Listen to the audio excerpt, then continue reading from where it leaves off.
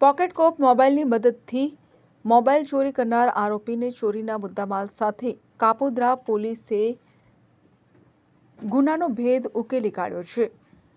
જે અન્વયે senior police inspector એમ.બી. ઓસુરા સાહેબ તથા સેકન્ડ પોલીસ ઇન્સ્પેક્ટર એમ.આર. સોલંકી નાઓની સૂચના અને માર્ગદર્શન હેઠળ મોબાઈલ ચોરીના અનડિટેક્ટ ગુનાઓ શોધી કાઢવા સારું surveillance police sub inspector A L. Pandya નાઓ ટેકનિકલ માર્ગદર્શન આપી સર્વેલન્સ સ્ટાફની પોલીસ માણસોની અલગ અલગ ટીમો બનાવી મોબાઈલ ચોરીના અનડિટેક્ટ ગુનાઓ શોધી કાઢવા વર્કઆઉટ કરતા હોય તે દરમિયાન એએસઆઈ પંકજભાઈ સુરેશચંદ્ર તથા અર્જુનસિંહ મહાવીરસિંહ નાઓના અંગત અને વિશ્વાસુ બાતમીદારના મારફતે મળેલ બાતમી હકીકતના આધારે અત્રેના કાપોદ્રા પોલીસ સ્ટેશન વિસ્તારમાં મોબાઈલ ચોરી કરનાર ઈસમ નામ વિશાલ જયંતિભાઈ દેવી પૂજક નાઓને ચોરીના મોબાઈલ ફોન નંગ 1 કિંમત ₹50,000ની સાથે ઝડપી પાડેલ અને સરદહુ આરોપીનું નામ પોકેટ કોપ મોબાઈલમાં સર્ચ કરતા અગાઉ તેના વિરુદ્ધમાં મિલકત સંબંધી અટકાયતી પગલાં